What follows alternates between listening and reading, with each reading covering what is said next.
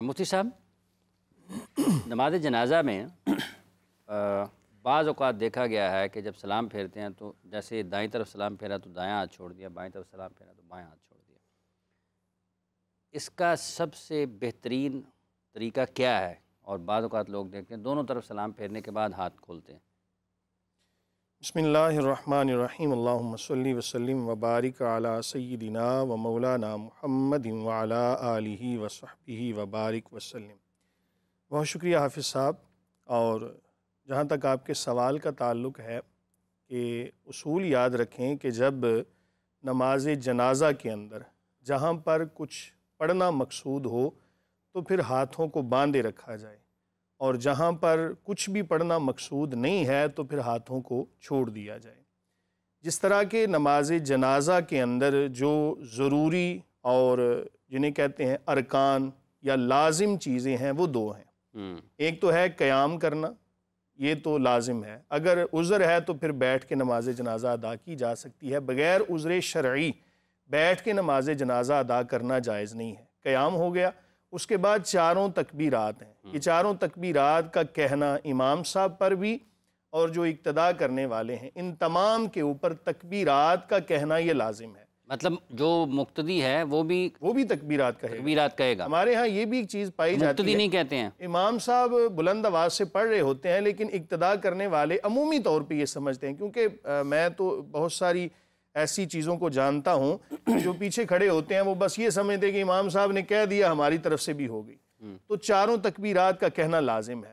اب جہاں پر پڑھنا مقصود ہے وہاں پر ہاتھوں کو باندھے رکھیں گے۔ جب آخری تکبیر ہو جائے جس کو کہا جاتا ہے چوتھی تکبیر، چوتھی تکبیر کہتے ہی دونوں ہاتھوں کو چھوڑ دیا جائے اور ہاتھ چھوڑ کے سلام پھیرے جائیں۔ تکبیر چوتھی کہنے کے بعد ہاتھ کھول دیے جائیں، فوراً ہاتھ چھوڑ دیں، جیسے ہی تکبیر کہی ہاتھوں کو چھوڑ دیں، اب دائیں بائیں سلام پھیر دیں۔ یہ اصول ہے، یہ اصول ہے۔ مصعب، سب سے پہلی چیز یہ ہے کہ امام احمد بن حنبل رحمہ اللہ کا موقف تو یہ ہے، یا ویسے نبی علیہ الصلوۃ والسلام کی حدیث آپ دیکھیں تو نبی علیہ الصلوۃ والسلام کا ارشاد ہے مفتاح الصلاۃ الطہور، نماز کی چابی جو ہے وہ وضو ہے، تحریمہ التکبیر و تحلیلہ التسلیم۔ جو نماز کی وجہ سے دیگر دنیاوی معاملات حرام ہو جاتے ہیں وہ حرام کرنے والی چیز تکبیر ہے، اور نماز سے نکالنے والی چیز وہ التسلیم ہے جو رسول اللہ صلی اللہ علیہ وسلم نے ہمارے لیے مینشن کی ہے۔ ٹھیک ہے، تو جب ہم کوئی بھی نماز مکمل کریں گے تو اس میں جو سلام ہے، پہلا سلام، وہ نماز جنازہ ہو یا عام نماز بھی ہو، اس میں جو پہلا سلام ہے وہ آدمی کو نماز سے خارج کر دیتا ہے۔ ٹھیک ہے، کیونکہ نبی علیہ الصلوۃ والسلام نے تحلیلہ التسلیم۔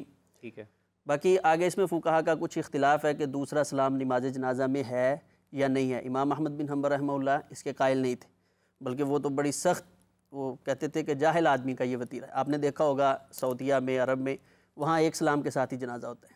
ٹھیک ہے، جو ہماری نماز میں سلام ہے اس میں ایک تو سلام اپنا جو ہے نماز مکمل کرنے کے لیے ہے، اور دوسرا سلام جو ہے وہ اپنے بائیں جانب والے ساتھیوں کے لیے ہے، یعنی السلام علیکم ورحمۃ اللہ، دائیں جانب ہم مڑیں اور ان پر ہم نے سلام کہا ہے، تو بائیں والوں کا بھی حق ہے ان پر بھی سلام کہنا، اس لیے یہ دو سلام ہے نماز کے اندر۔ جو نماز کو مکمل کرنے والا سلام ہے وہ ایک ہی ہے۔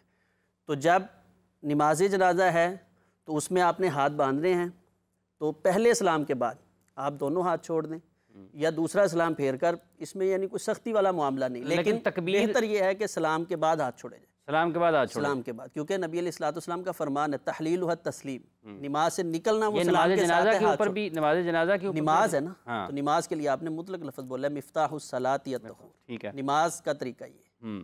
تو نماز شروع کیسی ہوگی جنازہ کی؟ تکبیر کے ساتھ، تو مکمل کیسی ہوگی؟ تکبیر کے سلام کے ساتھ، سلام کے ساتھ، آخری تکبیر، ٹھیک ہے، سلام کے ساتھ، یعنی کہ آپ پہلا سلام جب ہو جائے تو دونوں ہاتھ چھوڑے جا سکتے ہیں، دونوں چھوڑے جا سکتے ہیں۔ یہ اپنے اوپر لازم کرنا کہ پہلا چھوڑنا ہے دوسرا چھوڑنا ہے، یہ کوئی شریعت کا مطمع نظر نہیں ہے، ٹھیک ہے، اپنی انسان کی مطلب یہ جو بنیادی اصول ہے کہ اگر آپ کا پہلا سلام ہو گیا تو اس کے بعد آپ دونوں ہاتھ کھول سکتے ہیں، کھول سکتے ہیں۔ ٹھیک ہے، یہ لازم نہیں ہے کہ آپ نے ایک سلام ہوا تھا دایاں ہاتھ چھوڑیں، دوسرے سلام کے ساتھ بایاں ہاتھ چھوڑیں۔ ہاں، یہ ٹھیک ہے مفتی صاحب، نماز جنازہ کے لیے جب لوگ جاتے ہیں تو بہت سارے جوتے پہن کے بھی نماز پڑھ رہے ہوتے ہیں، بہت سارے لوگ ایسے ہیں کہ جو جوتا اتارتے ہیں اور انہی جوتوں کے اوپر پاؤں رکھ لیتے ہیں، اس صورت میں کیا حکم ہے؟ دیکھیں جو بھی چیز جسم کے ساتھ مس کر رہی ہے نا، اس کا پاک ہونا کسی بھی نماز کے لیے یہ شرط ہے. اس طرح ابھی شروع میں تو چونکہ ارکان نماز جنازہ کے بیان کر رہا تھا.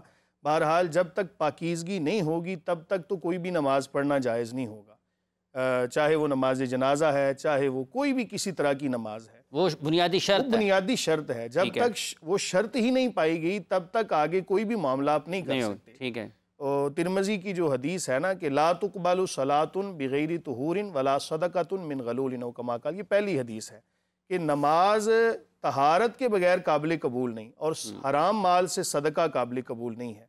تو جب آپ کے جسم کے ساتھ کوئی بھی چیز مس کر رہی ہے تو اس کا پاک ہونا ضروری ہے. مثال کے طور پہ یہ انگوٹھی ہے یا واچ آپ نے پہنی ہوئی ہے، تو اگر اس کے اوپر نجاست لگی ہو تو آپ نے اگر یہ چیز پہنی ہوئی ہے تو نماز نہیں ہوگی، الا یہ کہ آپ اس کو اتار کے رکھ دیں، پھر آپ کی نماز ہو جائے گی. کیونکہ جو ناپاکی ہے اس کا تعلق اس واچ کی حد تک ہے یا اس جو انگوٹھی ہے اس کی حد تک ہے.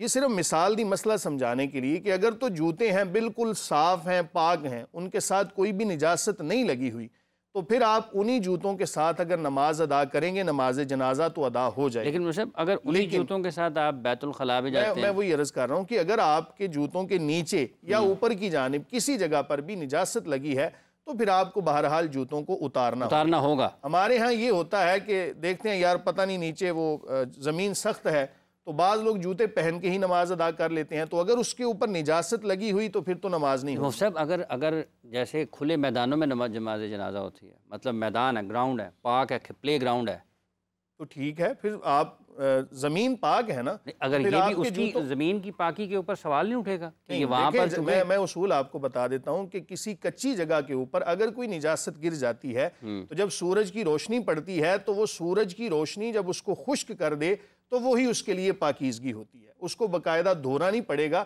بلکہ سورج کی روشنی سے ہی وہ جگہ پاک تصور جو آپ کی مٹی کی پلے گراؤنڈ ہے، جیسے چونکہ بڑے جنازے ہوتے ہیں یا پھر جنازگاہ کے ساتھ پاک میں لے لیتے ہیں تو وہاں پر جو گھاس لگا ہوا ہے وہ پاک ہے.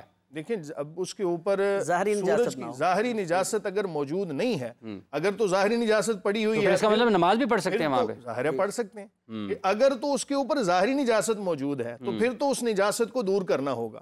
لیکن اگر آپ کو نجاست نظر نہیں آ رہی تو پھر اصول یہ ہے فقہ کا کہ جب سورج کی روشنی پڑتی ہے تو وہ جگہ پاک ہو جاتی ہے. تو اس لیے اگر پاک جگہ ہے اور آپ کو پتہ ہے کہ آپ کے جوتے بالکل پاک ہیں نیچے سے اوپر سے، تو پھر آپ انہی جوتوں کے ساتھ نماز ادا کر سکتے ہیں. اتارنے کی ضرورت نہیں ہے. ورنہ پھر اگر شبہ آ گیا نا یا آپ کو یقین ہے کہ یار بیت الخلاء گیا تھا تو وہاں پہ کوئی نجاست لگ گئی ہوگی، تو پھر آپ جوتوں کو اتار کے تو زمین کے اوپر اگر آپ نے اتارا ہے تو پھر ان کے اوپر پاؤں نہیں رکھے جا سکتے. ان کے اوپر نہیں، پھر سائڈ پہ وہ تو حصہ بن گیا. مطلب دو چیزیں، اگر آپ کا جوتا آپ کو یہ شبہ نہیں ہے کہ ناپاک نہیں ہے تو آپ ان جوتوں کے ساتھ پڑھ سکتے ہیں. اگر ناپاک نہیں ہے تو پھر پڑھ سکتے ہیں. اور اگر جوتا ناپاک ہے تو پھر آپ اس کے اوپر پاؤں بھی نہیں رکھ سکتے. پھر اس کو اتار کے علیحدہ کریں گے، اس کے اوپر پاؤں نہیں رکھیں گے کیونکہ وہ یا اوپر پاؤں رکھنا ایک ہی چیز ہے دونوں. باقی وہ پاک وغیرہ میں حدیث آتی ہے، نبی علیہ الصلوۃ والسلام کا فرمان ہے.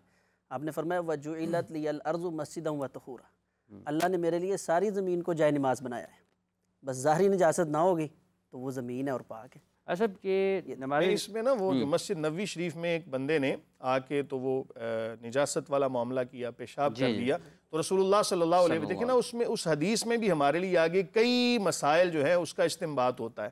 کریم آقا علیہ الصلوۃ والسلام نے اس کے اوپر پانی بہایا.